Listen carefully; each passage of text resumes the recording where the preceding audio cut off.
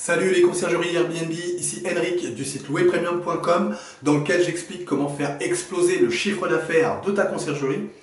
Aujourd'hui, on va voir pourquoi on doit facturer à la commission. C'est parti.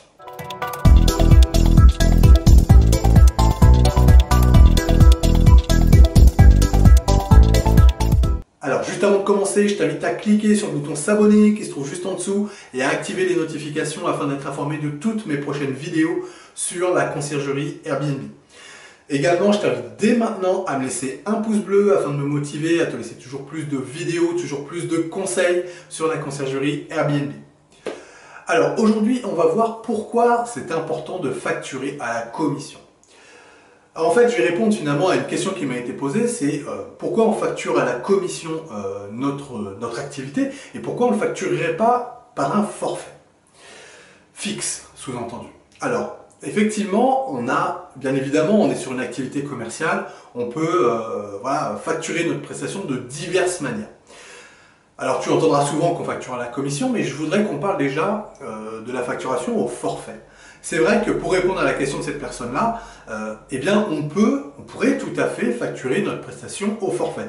Autrement dit, on sait que dans un mois, on a un volume d'activité, un certain nombre de déplacements, un certain nombre d'interventions pour le ménage, pour la maintenance, pour répondre aux voyageurs, parce qu'il va y avoir des incidents techniques, parce que il va se passer tout un tas de choses dans l'appartement qui vont nécessiter soit un déplacement, soit une intervention, soit un appel, soit une configuration, bref, tout ce qui va concerner l'activité d'une conciergerie.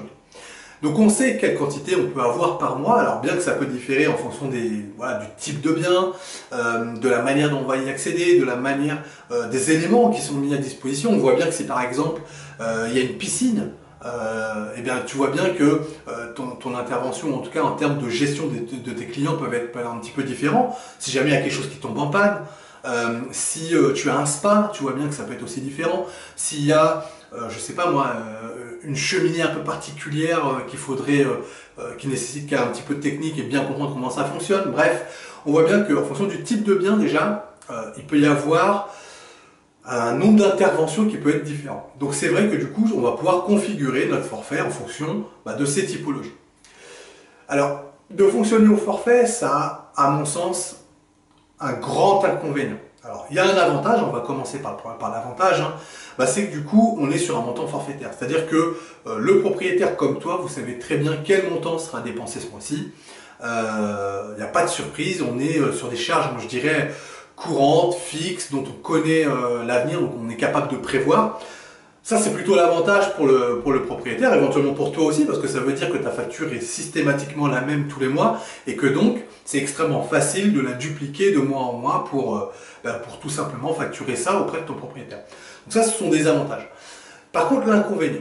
Alors, le premier inconvénient, et ça, c'est assez clair, c'est que le jour où il y a plus d'interventions que ce que tu as pu calibrer au départ, tout simplement, tu en as pour ta poche. Donc ça, c'est la première chose.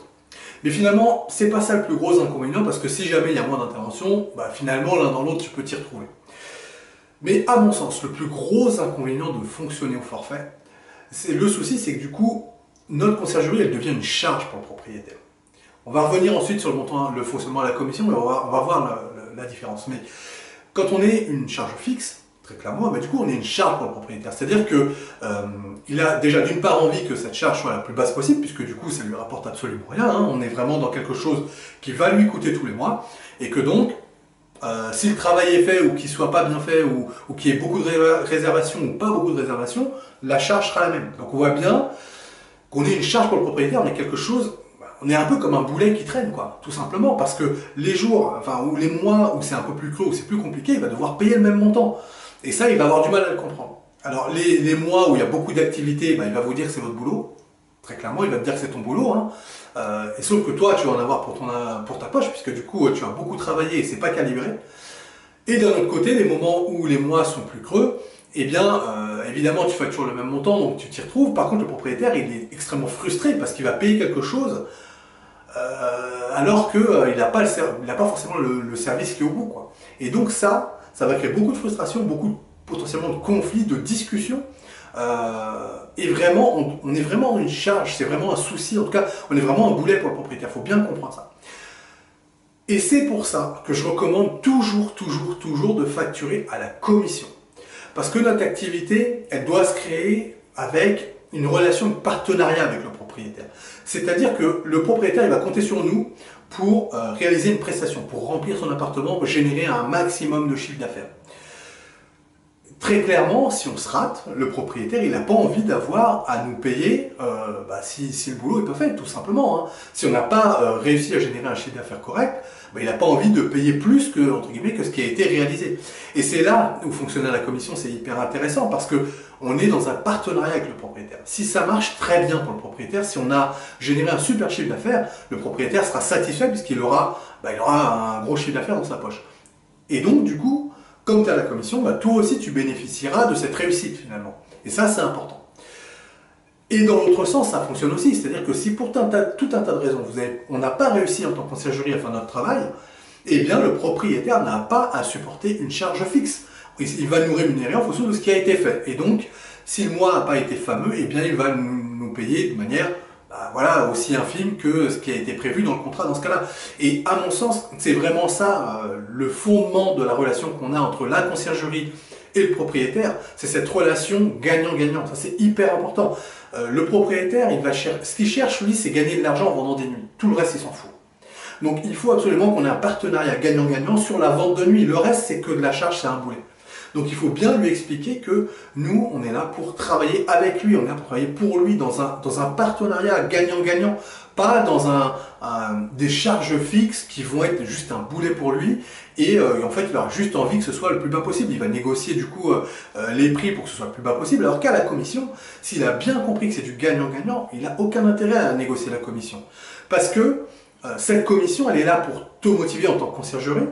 Et si toi, tu es motivé à bosser, à te défoncer pour que ça marche, eh bien pour le propriétaire, ça va bien marcher.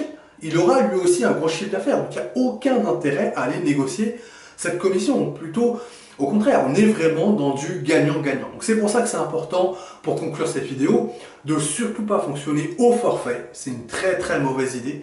Mais plutôt de fonctionner à la commission pour justement être dans cette relation gagnant-gagnant avec ton propriétaire. Voilà, je te remercie d'avoir suivi cette vidéo jusqu'au bout. Si toi aussi tu veux lancer ta conciergerie, eh bien je t'offre mon pack qui te permet de créer un business plan qui cartonne. Pour ça, tu déroules là juste en dessous de la vidéo, il y a un lien, tu cliques, tu me laisses ton prénom, ta meilleure adresse mail, je t'envoie tout ça automatiquement chez toi. Alors ce pack, qu'est-ce qu'il contient? Il contient un document Word qui sera la formalisation de ton business plan. Donc c'est un document qui est pré-rempli, tu n'as plus qu'à compléter avec tes éléments. Également, tu trouveras un fichier Excel qui sera la projection financière pour les 3 prochaines années pour ta conciergerie. Enfin, tu trouveras un guide PDF qui t'explique étape par étape, pas à pas, ce que tu vas devoir faire, quel type d'études tu vas devoir mener pour compléter ce business plan. Bon, le mieux, c'est que je te laisse cliquer sur le lien qui se trouve juste en dessous et je te retrouve tout de suite de l'autre côté.